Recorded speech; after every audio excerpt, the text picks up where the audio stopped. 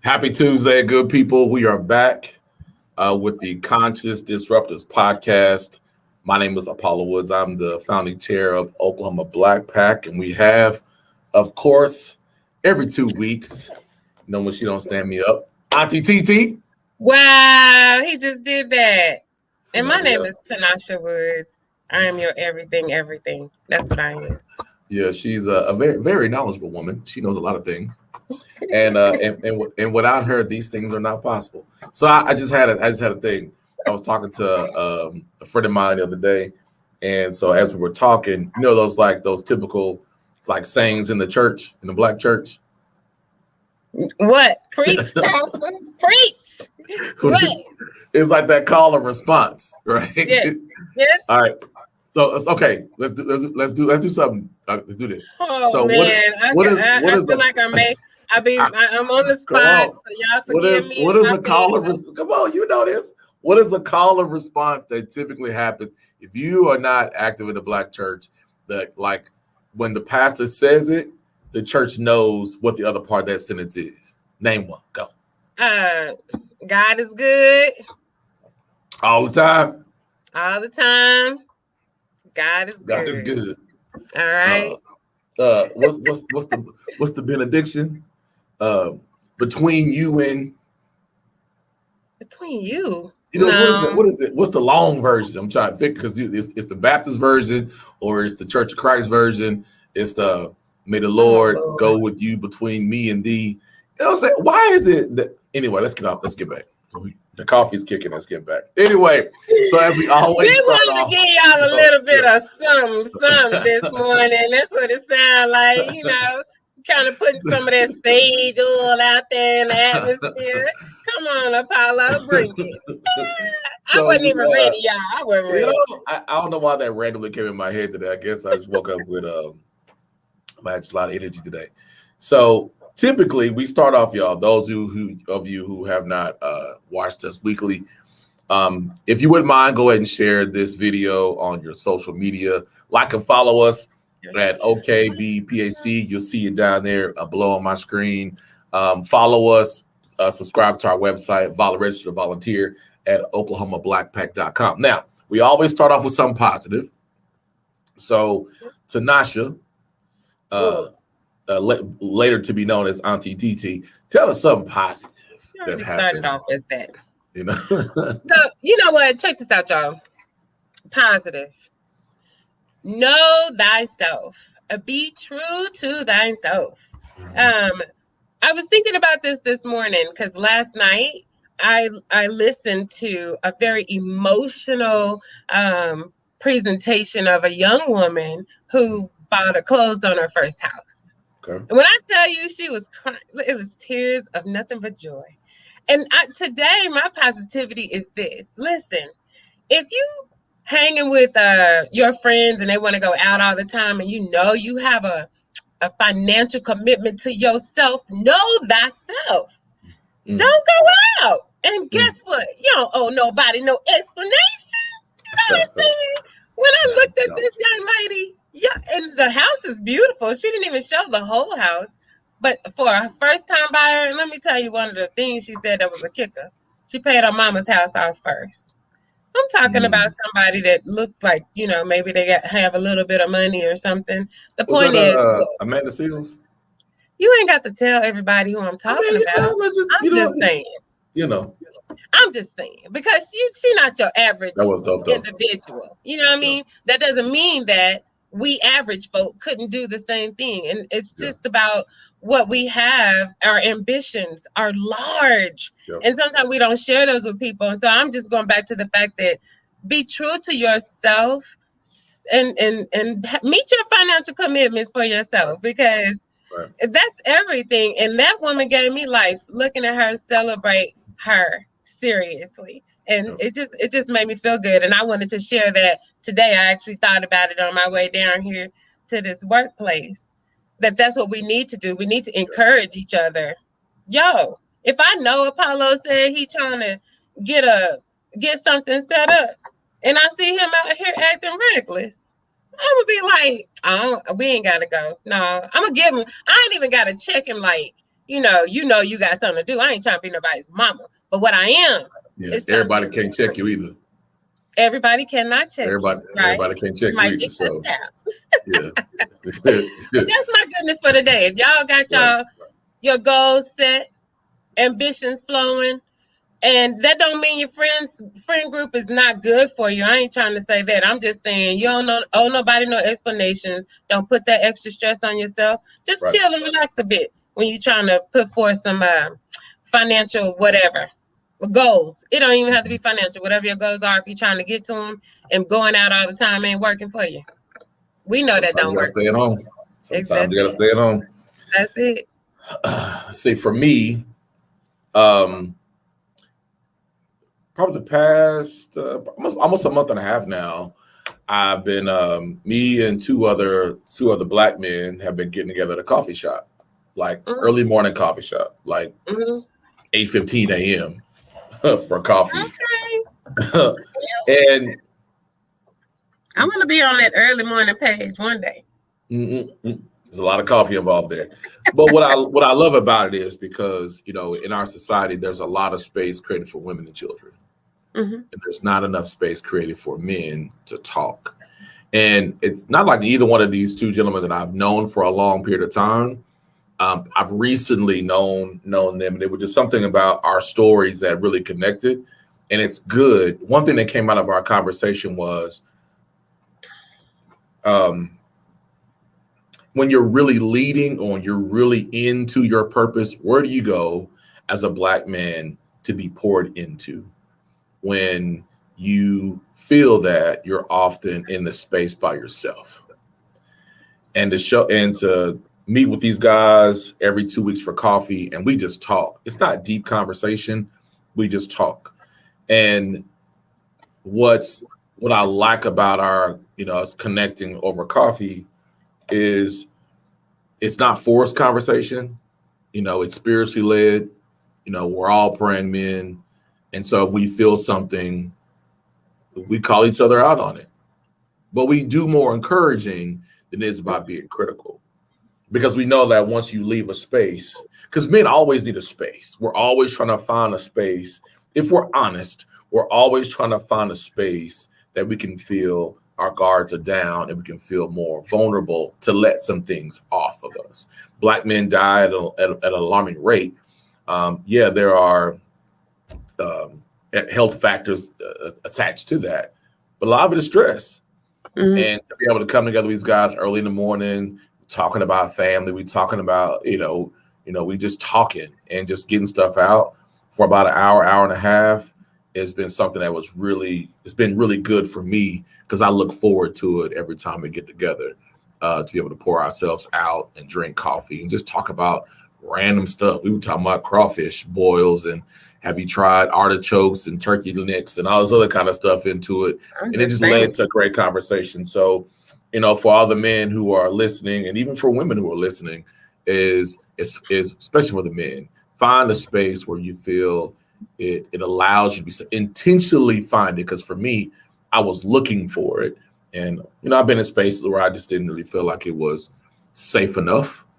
But to connect with them, it's been healthy. And then also, I joined a morning prayer call at 7:30. Here's what I like about these prayer calls. You're getting earlier and earlier. Earlier and earlier, right? I'm up at 6, 5:30, 4 o'clock anyway. I know, but you talking about functioning, like you got to be on and functioning. That's all right. Go ahead, Apollo. And that's like it starts at 7:30. It is over by 7:35. Okay. Because sometimes on these morning calls, it'd be like, got to do an introduction or how you doing? How your day going? I don't care about the small talk. Look, let's dive into this thing, right? And just to hear that your name being called in the morning prayer calls it's been beautiful and helping me establish a better routine for my own self too. Come on, routine. Yeah, routine. That's right. Routine. Because you talking good stuff right here. I can appreciate. And I be getting sleepy around like 8 o'clock, y'all. So like my head be touching the back of the couch. This is why you drink so much coffee. Man, look. I appreciate you lifting the men though today because back of my head be like this. Oh, whatever. That don't make no sense. Good. But you know, when you eat, when you reset your metabolism, and you're one of those people that you eat early, 6 a.m. breakfast, you're gonna be real hungry by 10 o'clock that morning. That's Well, for a 4 hours couple times later. when I woke up at 4, I was eating at like 5. Exactly. That's my point. You know, people I'm just putting that out there. But I want to reiterate in case people didn't hear me. I'm appreciative that you lifting the men today, because that's not a common situation that we have. And I like that, because our men do need to be lifted. You know, it shouldn't be such a separatist situation between Right. the genders. But one of the things you hit on is finding their place, their Right. comfortable place. And Yeah. I just want to add to that, it's okay that every group don't match you, or you don't match that group, because we just all bring a different type of situation. We bring a different type Right. of spiritual level. We're just different folks. And one of the main things I believe is that we've got to respect people for where they are and just move forward. We don't have to criticize and judge. That's Yeah. often how we fall into it, all right? So anyway, I just wanted Yeah, to add that little but I extra. think it's even in that. I think sometimes this whole idea about unity and togetherness gives this idea that if we're in the same room, then we all must agree, or we all like that. That's not true on what the goal is to strive toward unity and collaboration, or whatever you want to frame it, because you need opposing energies, you need different perspectives, you need them. Right. The key is that everyone that's in that collaborative or that partnership, they see the same end result. How you get there, the how you get there is going to be a journey. It's not a straight pathway to get there. But anyway, y'all, let's get on into some stuff, because it's 11:13. I figure today is going to be a little bit of a rabbit hole kind of conversation. A rabbit hole. Nah. Because I think we're because gonna be circling the drain, because it goes on and on. it does. And the topic I want to bring up today is around the interim studies. So as y'all heard in the previous podcast, I was like, yeah, Black Pack, we got something going on. And Tanasha tried to G check me. What she did G check me. She was like, don't you say nothing. See, look, this is how you know when you in trouble at a black household. They be like, like that. It sounds like you trying to clear your throat, but that means that, and you freeze. You like this, Right. like don't Let me move. not Yeah. Let me be sure about what's next. So now we can officially say that as a Oklahoma Black Pack, we submitted 2 interim studies to Senator Young's office for consideration, and both were accepted. Which is exciting, because this was our first time. And Tanasha got on me. Just being honest. She got on me. She was like, yeah, you did. Yeah, you did. You were like, hey, you gonna do this interim study? And I was like, for what? I don't know. What is that gonna do? I don't have nothing to talk about. And then, as we continue to talk, as we bantered and normally do, I was like, all right, cool, I got it. The paragraphs. Mm-hmm. It was good stuff. Yeah. So I'm excited because it was about a page, about 10 and a half font. We was trying to make it small because it was getting long. But so I want you to explain to those listening on the value and on what is the purpose of submitting an interim study for the legislative process. Come on, Apollo. On to you, Tanasha Woods. Me up. Huh? and to you, Tanasha Woods. All right, team me up good. Okay, so purpose and value. Purpose is for interim studies. It's self-explanatory. It's a study. You bring in information about different things that's going on in the community on whatever topic, and it gives you opportunity to present to those people in the legislature on that particular committee why this is a good thing for your community, and why it's a challenging thing, why it's a bad thing for your community. It's the purpose. The value, number one, Apollo said the PAC presented a couple of interim study topics, and they were approved. The value in that is that means you have a relationship with your senator or your House rep, right? and they value what you presented. They see also that they can help get this study off the ground and possible legislation come out of what you're doing. So that's the goal in the end, is to get some legislation written from the study. And you want to have as much information wrapped up quickly because the studies are never longer than an hour and a half. But I've said a couple of things that are really important: the value, the relationship with the member. I need y'all to understand my lingo as well. I call the senator member. All of them are members, and I think the majority of the people that work here say that too. But then also, of course, the senator or house rep, or legislator, when you're speaking about them individually, collectively, as a whole. Both chambers, House and Senate, is referenced as the legislature, TURE. All right. Hope that wasn't too elementary, but I just need for people to understand what I'm saying. So with that, value, knowing, somehow having some type of relationship rapport with your member already, and then having the discussion about, you understand, if you're building that rapport with that person, you understand where they like to lean, how they like to, what things they are, that are important to them, what things they value and or support within their community. If you're also building that relationship, you know in what areas of the community they spend most of their time, right? And so if we in our community know that we need more, what is it, community food banks, or I don't know, I'm just making up anything.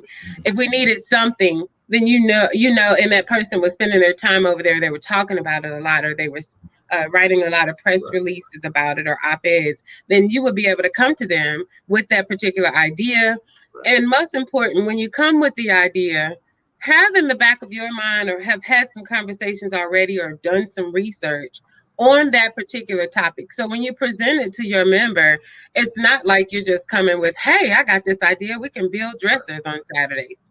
Because everybody has an idea, and very few Exactly. people have an ability to execute that idea. Exactly. So show that you're actually interested, show that you have some type of connection to whatever the topic is. And it also helps you when you present it shows how excitable you are about the particular topic. And then whoever you can bring to the board to talk on it. And this is important. The pros and cons. I said what we present in the interim study. We want to know why this is good for us, and then we want to know what challenges there are. I keep using the word challenges, but why is it bad? What could it be bad for somebody else, but good for us? Like, you want to really talk about both sides of the situation so you can present a whole picture. Right. Because your buy-in at that point, it's hard for people to say no. You know what I mean? So yeah.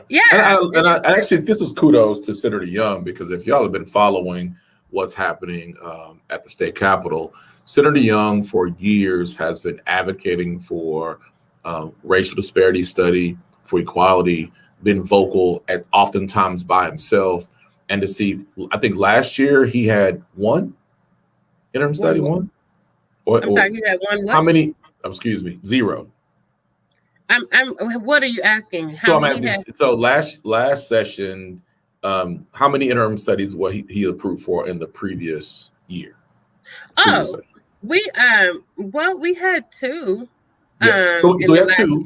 So interim studies, yeah. I thought. Yeah. So he had two. So two from last year, and as vocal as he has been, and articulating a strong, clear message, going from 2 to 5. To me, that shows that although he has faced a lot of opposition, he stood firm in his position, and now there's 5. So do you want to share with the audience of just the 5 topics, or do you want me to read them? How you want to do that? Because I need to tailgate you on that. I want people to be clear. So we can present to the body, the pro tem's office, however many interim studies we want, right? Mm-hmm. This particular time, and I believe even last time pro tem approved all of them. This time there were 71 studies presented. Okay. And 1 withdrawn. So it's like everybody that presented, I don't know if they had 3, 5, 1, whatever it was, everybody's got approved. So I don't want us to feel special. Okay. We need to understand that there's still, processes. And even after this, we excited. I was all excited and calling my senator. Listen, we got everything's approved. We on the board.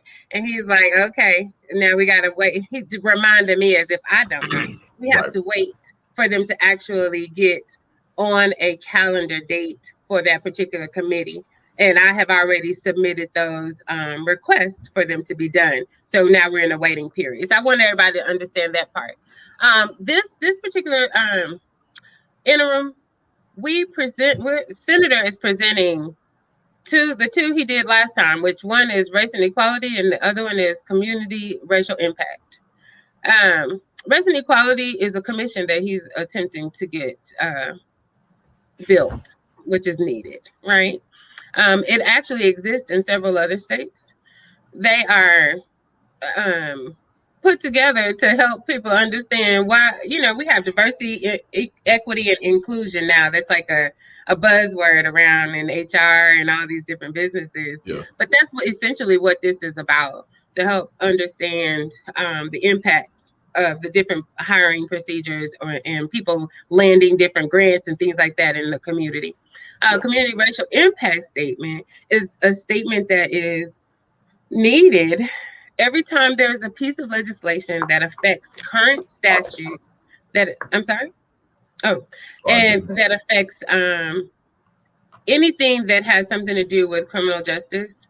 It has to be a study on it before we can.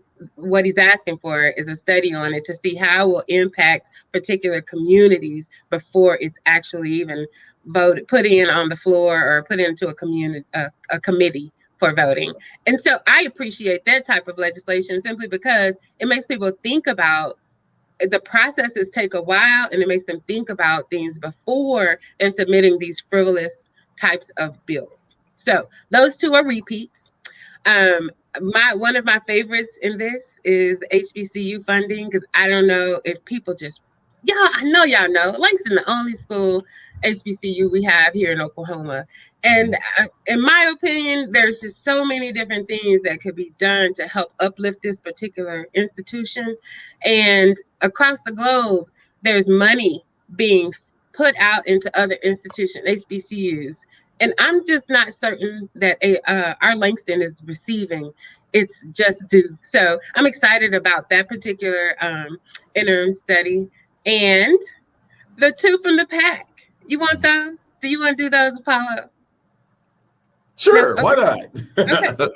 So the other two that are the other two that we have the luxury of presenting and being accepted, and of course y'all follow me. I'm very passionate about Black-owned businesses, but this involves equitable. What is going on today? That's that passion. Hold on. Let me get my brain thoughts together. It is equitable procurement. Equitable procurement is a topic for minority and women-owned businesses. It's a study into the resource and legislation needed to support the economic health of minority and female-owned businesses across the state. And that's very important to me, because when we look at studies in different areas that have a minority women business enterprise program, they also have equitable contract policies and processes. Currently, the goal for that part of the interim study is to, of course, present data, present how there are a couple of objectives from this presentation, but to then influence on how we need to change legislation that will allow us to receive federal resources and the allocation of funds that help minority and women-owned businesses. And let me just point out something very clear. There are similarities between minority and women-owned businesses to those who are non-minority and women-owned businesses, meaning white men. But when we look across the board, small businesses were affected in a tremendous way because of the limitations of our current state statutes. The state statute affects how the county operates, which is also different from how the city or the municipality operates, which is often governed by its charter. So yeah, we'll dig deeper than that. And the other study that was approved, which I'm also very, very excited about, are the health disparities in our community and social determinants of health. It's a study into the indicators and determinant factors of the healthcare shortage in Oklahoma, as well as areas contributing to the state's health disparities. These two topics are topics that were repeatedly discussed during COVID. COVID just brought out, highlighted, and put a spotlight on these factors that have already existed, that are currently existing in our state, in our nation for decades, for even centuries. So this is our way of saying, as being a progressive, bipartisan political action committee that prioritizes the Black community in Oklahoma, this is our way to take that step forward. So we're excited to have that opportunity to talk about what we can do, and given a holistic view on what we will do to influence both parties, dominant parties, and those who are in the non-dominant parties. Let's think about, if you help one group, you're helping all the other groups. So it's not one over the other, because at the end of the day, we're losing businesses because of COVID. It looks like COVID is having a resurgence again for those who are not vaccinated. So now there's a resurgence. So it's not over, but we have to go from the talking to solutions. So I'm excited about where that's going to lead us to. So we will need your help in that support. So please go to our website at oklahomablackpack.com. You see it down at the bottom with the ticker symbol, and sign to be a volunteer. We need your voices. We need your data. We need your perspective, because we are including all minority, underrepresented communities in this study for equitable contracts, but we're definitely emphasizing what's needed for Black folks to live longer in the state. I would like to include on that, we not only need your voices in that area, but whenever we are donate, but whenever we are having campaigns to push particular legislation, we need you then as well. So come on. I want to say thank you to so many of the people for reaching out to this office and letting me know that they'd like to be involved. I have received your messaging, and as soon as I get dates, that's when I'm going to start responding back with a more fortifiable response. Right now, I'm just telling everybody, thank you so much for letting me know that you want to be involved. But I have to tell you, once we get approved or not, what our next steps are, because there are still next steps, even if it doesn't get a date on a committee. And so we look at this as an achievement, y'all, but just because this is my first time doing this, I'm learning things along the way. And as I'm talking to you, I got this book called Unstuck. Hey, Unstuck.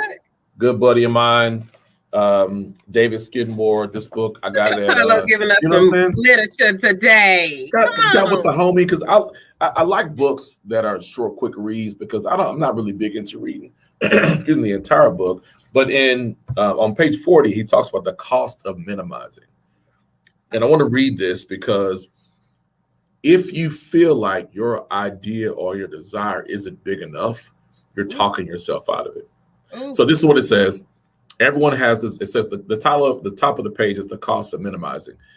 He says, everyone has desires. Even if you think you don't, you do. It's just that some people, maybe even you, are convinced their desires aren't worthy of great pursuits in life. This conviction keeps you from tapping into their deepest selves to discover what they really want. Or if they do make that crucial discovery, they don't do anything with it. Instead, they just tuck it away. And I wanted to read that part, because I'll be honest, I had this idea of what getting engaged with legislation. I thought about all the consequences, all the bad things that could happen, all the messiness that can happen by fighting, by advocating, by taking a risk and sacrificing. But then I go back to, what John 15 says about the pruning process, is that the pruning process is meant to grow you. So you're going to lose something, which also leads to, when people talk about if they're an ally of the community, if you're truly an ally, you make a sacrifice. It has to cost you something. So if you can't articulate what it costs you, and I'm not just talking about allies here, I'm talking about if you call yourself a leader, an advocate, an activist, a group influencer, or whatever, if you cannot articulate what it costs you for the benefit of that cause, and sometimes that sacrifice, you don't get nothing. It's just a loss. Right. Because sometimes that sacrifice leads to that part has to be cut off, but it's still a part of that growth process. And so this journey has commented. So this stood out to me on page 40 in David's book, because I too deal with minimizing what I believe in my heart to be true. I battle that too. So I'm not always confident, which is why I need to be around other men that we can relate to. Who you associate with is important. So for anyone that is thinking that, man, I'm just not that skilled in doing this political thing, or I got this business idea and I'm not sure, or I want to go back to college, or I don't know if I'm going to be able to afford to provide, to give my kids XYZ, right? Or if I'm able to turn my health around, whatever it is, that thought in your head is minimizing what your true potential is. And on the other side of that minimalist thought is where exactly you're supposed to go. And on that note, and is there one? Right. No, I'm playing. I'm playing. This is what I was like thinking. This is what I want to say to the people. Sounds like a series coming, right? This is something we could talk about. A series. This is something that we could talk about on a regular for at least 2 or 3 sessions. So just be ready when we bring it to you. Yeah. See, now look here. I feel like you somewhat volunteered me for something. That's what I feel like. I feel like I have a friend that always says voluntold. Thank y'all. See, this is what I deal with all the time, y'all. But it is, and I think when you become this person who is out front and visible, sometimes the people around you feel like you don't need an encouragement, or you don't deal with doubt, you don't deal with those thoughts because they see the fruit. But that stuff, when no one's watching, is Kevin Hart said this. I saw it on Instagram. He said basically what he's saying is that he had to make up his mind. He had to make up his mind if he was going to do it. Yeah, he did, and it's a decision every day. All cylinders. My positive moment at the beginning of this, all of this is working together because for the good, for the good of those who love the Lord. We have a church over here today. And a called. So listen, stop. So look. See, this is why when you go to the black church, you got all them things. You know somebody did the black church. Don't say something, because I laugh at like people who present at these professional events. I'm like, he said what? I was like, oh yeah. He went to a missionary Baptist church. Church of Christ over there. You can hear it, and it comes out. It's in us. Talk about culture. We talk about culture, and this means something, right? And just it's interesting to me to meet people that come from the deep South. I don't mean when they say they come from North Carolina. I'm not talking about the big places. I'm talking about the deep real rural places. They say stuff so different, and they do things a little bit different than the city black folks. You know what I mean? In those black churches. But I love this conversation today because I do want to touch on Texas passing their legislation to stop, not making it mandatory to teach certain histories, certain stories, certain things. And I don't even have the article up that I read that really struck me, but it's a House Bill 3979 in Texas, dropping this whole critical race theory, because that's not what I'm talking about. They literally said in the article I read that it wasn't mandatory that we teach Martin Luther King, stories about Martin Luther King. And that's the only one I'm going to mention, because today, throughout this podcast, we've already talked about fluidity among human beings, right? But we are Black Pack. There is a focal point here. How this is what I thought when I first read the article, and I'm being perfectly transparent for everybody.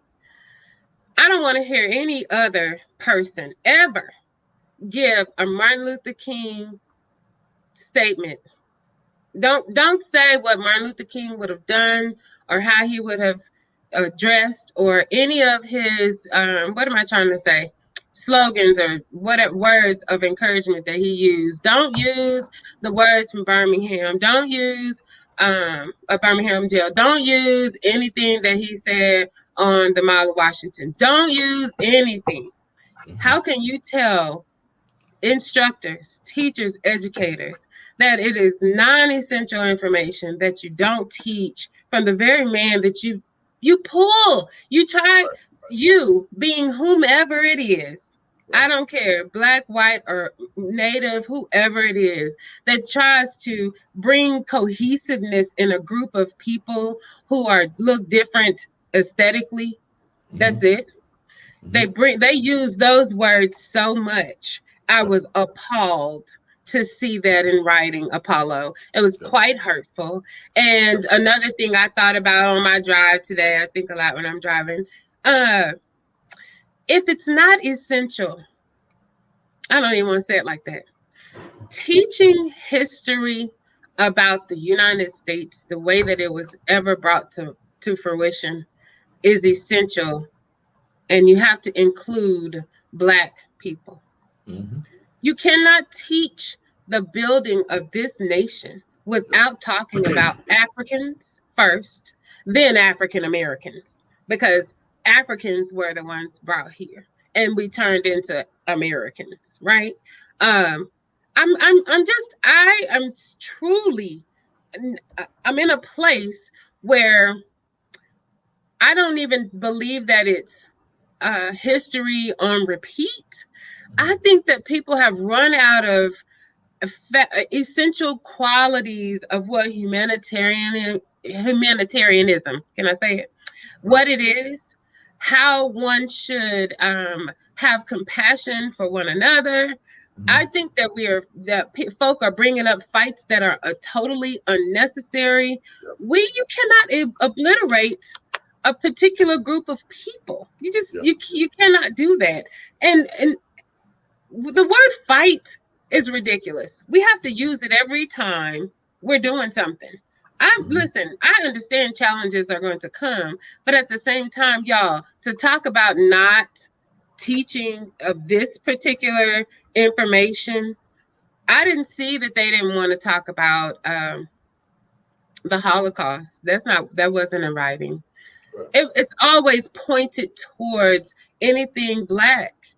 And I get more and more disgusted at the fact that particular folk want to have this conversation and ask, why is it always a black and white thing? And Apollo and I've said this before, because you make it a black and white thing. It's always a black and white thing because that's what it is. And until people I've said several times, Black folk want to exist. And we don't need the word allow. You're not allowing me to exist. We all were born. God put us, we were in the womb, we came out the womb, whether we were cesarean or vaginal, whatever, which way we were born, we got here, right? And whatever our aesthetics are, we got them. We don't need your permission to exist in a place. And it's so inappropriate for people to sit here and think that fighting against a critical race theory, people don't even know where that lingo came from, Apollo. Well, I was listening to and they said that a friend of mine, he's an attorney in Houston, and he said that critical race theory is something that's not even taught on the undergraduate level. It's not taught in many graduate programs. It's taught at advanced levels of law. So the terminology is, many people don't understand what it is. But even here's what we're seeing now. Prime example with Black Wall Street.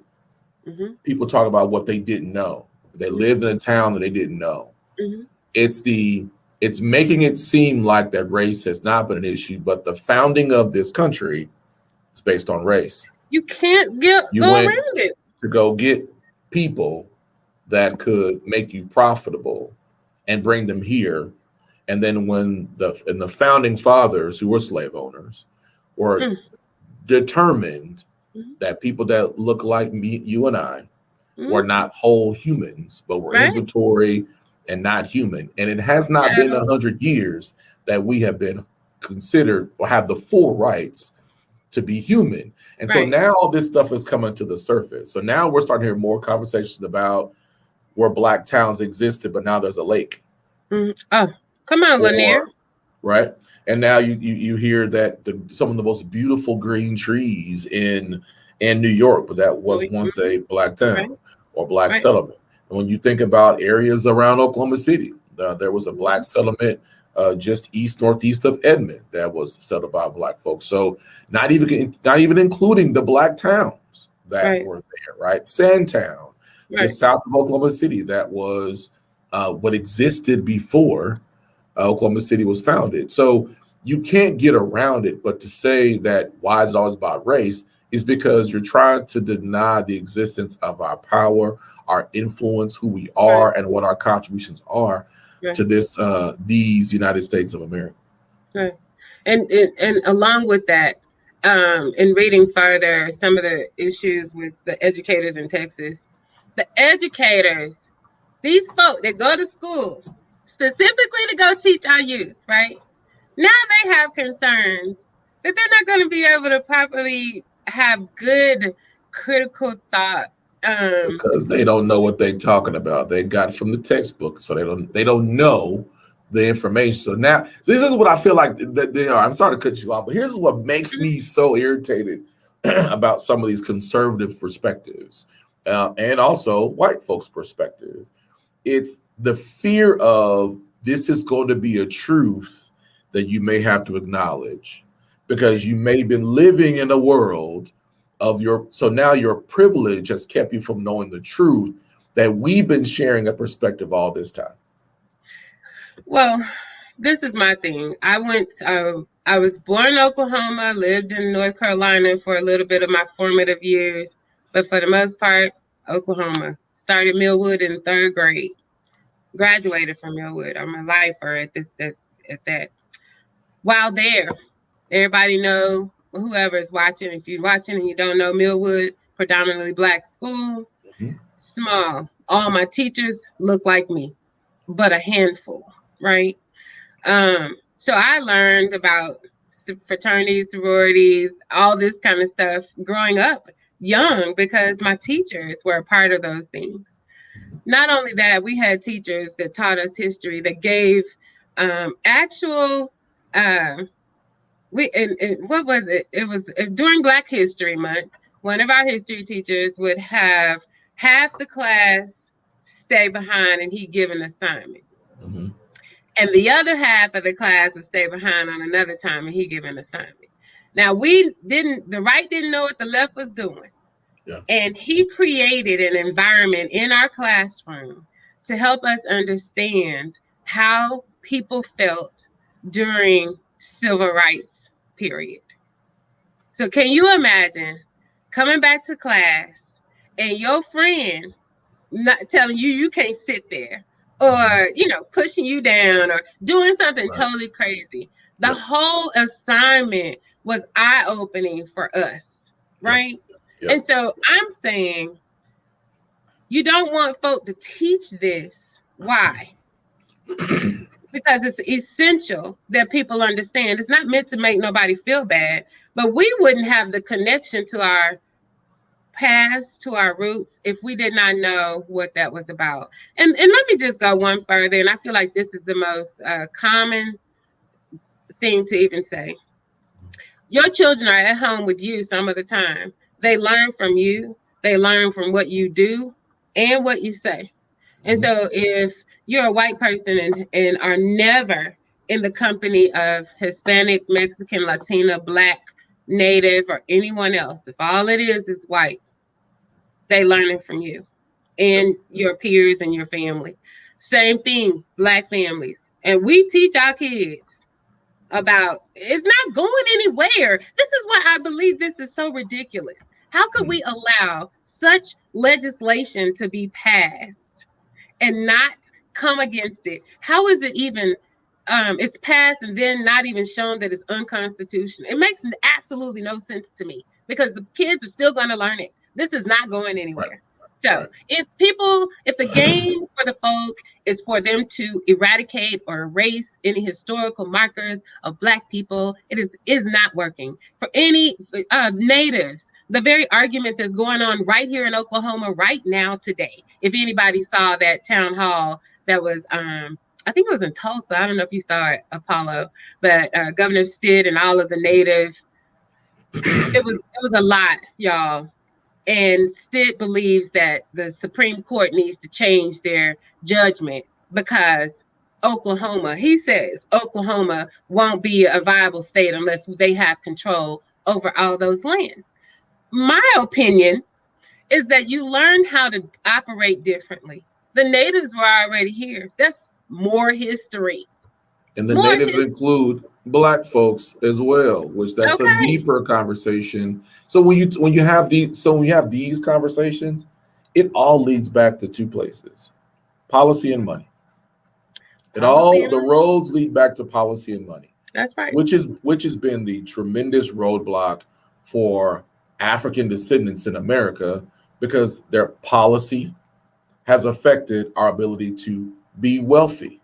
Every So time you a don't ballot. look up the connection back to. So I'm gonna read this real quick, because just as we're just trying to figure out about equitable contracting, this is what other studies have found. And in fact, this is what the Kellogg Foundation estimates: that if the racial wealth gap was eliminated, tax revenues could increase up to $325 billion for state and local governments, and the national GDP could rise 22%.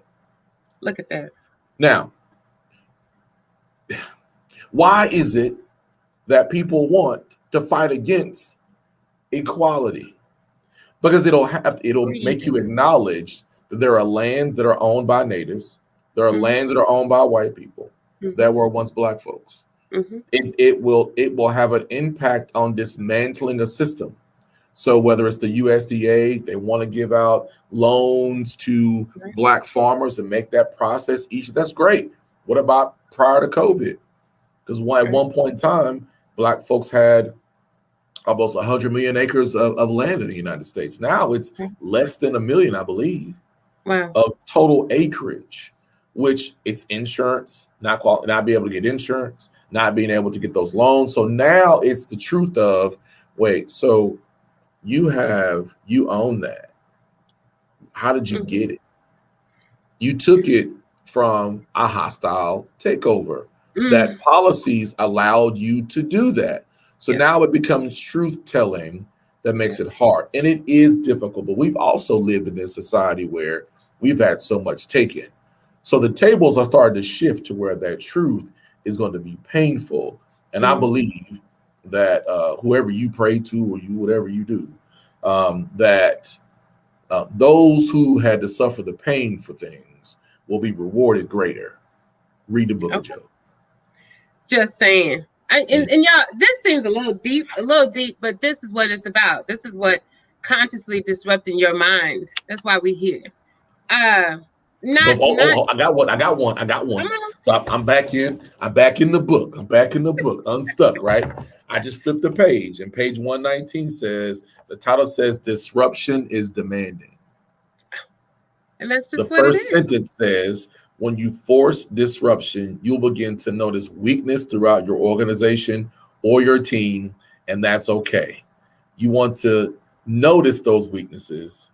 Now, one of those things you'll be tempted to do once you notice the weakness or whatever is that's not going to solve your problem in the long term. Disruption demands you pay attention to every detail of what's not working. That's in the book. That's in the book, y'all. That's in the book. Let me just say, because I told y'all, hey, shout out to you, homie. This book right here. Get this book from Coffee Slingers on saying, get the book. But I want to say to that, I told y'all I was some of your everything. I am an HR professional, and that is one of the reasons when you do organizational development, you have to do assessments. And you can't have a operating business. Your business can be operating wonderful for 5-10 years. Then all of a sudden it stops operating. And you're stuck over there like, what in the world? And in between those 5 or 10 years, you have not done any relative assessments as to your processes, as to anything, even your hiring process, down to the nitty gritty of how you make your money. And that's the disruption. That's what we look at it as. It's an assessment. It's what you do with your own life. Right. You do a budget. You have to have a budget. If you don't have a budget, then you're trying to figure out, man, I thought I had at least this much left. Well, you go back and you realize you overspent when you went hanging out with friends, whatever the case may be. So I just wanted to put that in there because all of these things are relevant to us. And somebody might try to turn the flip it on me and say disruption could also be this whole change in what we teach. Don't come for me. Don't come for me like that. That is an illogical way of thinking. You just can't possibly prove. There's no provability in why. But every great leader that you want to call a great leader was disruptive to a particular status quo. And we only have about 8 more minutes left, but I want to make sure we talk about Homeland. I had a chance to go to attend the Beam signing yesterday for the new Homeland store in Oklahoma City at Beam, yeah. So I didn't know what that was until I got there. Like, I signed your net. So there were some leaders and that were invited to sign for this announcement. The Homeland store will open September 1st of this year.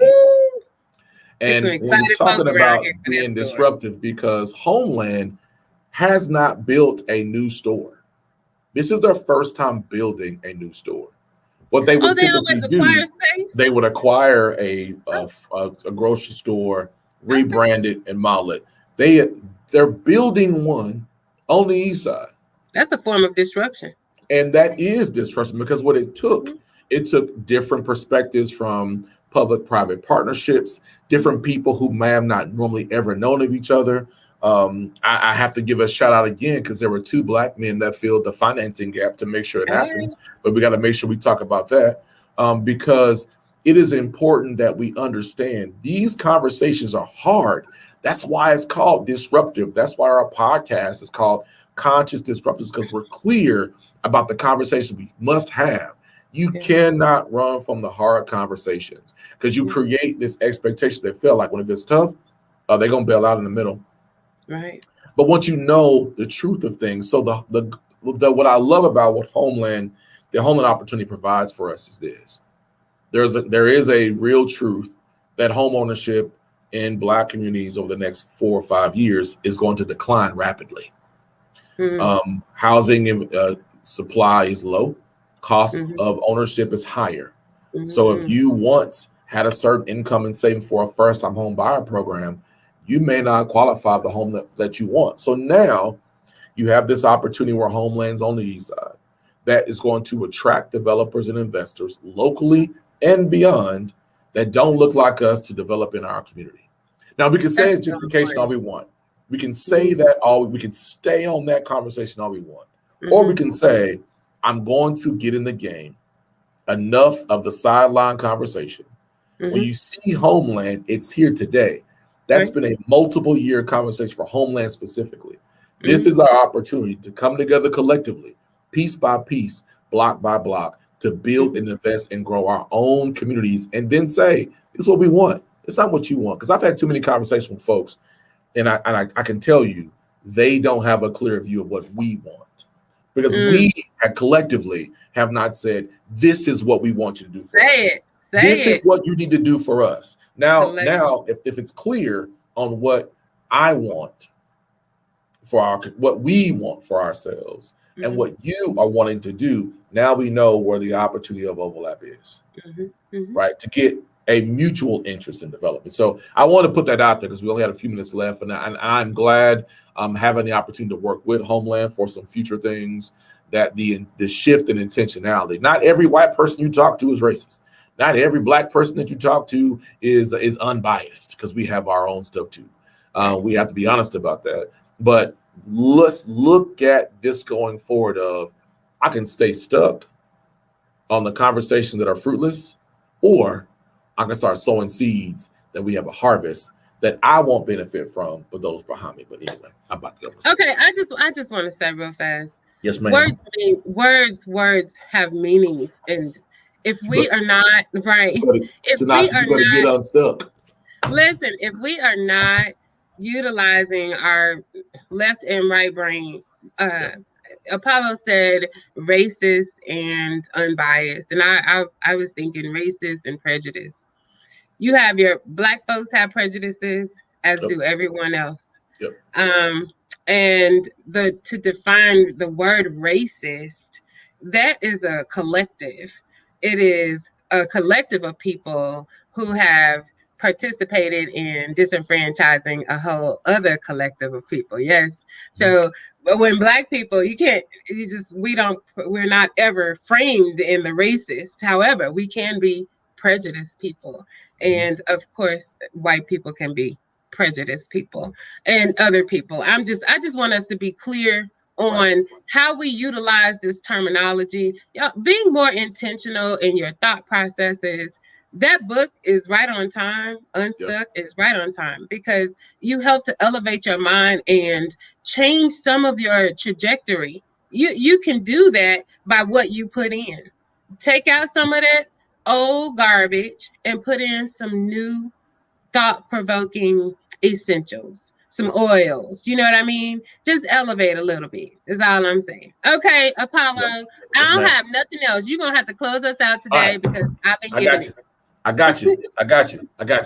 And it's in my spirit right now. Come on. Help ain't coming. Better say that. Come on. Help ain't coming. Y'all. Help ain't coming. That's it. So if you sitting around there waiting for somebody to help you in a situation you've been called to do, help isn't coming. It's not for nobody else, it's for you. It's for you and your own growth and development to get to a place because people need you to do what you've been called to do. Help ain't coming. If you sit around there loathing and complaining and having the same historical gossiping conversations about the problem, guess what? Help ain't coming. Either you don't need to be in that or you're not capable, you're not the leader you thought you were, go sit down. But understand that help is not coming.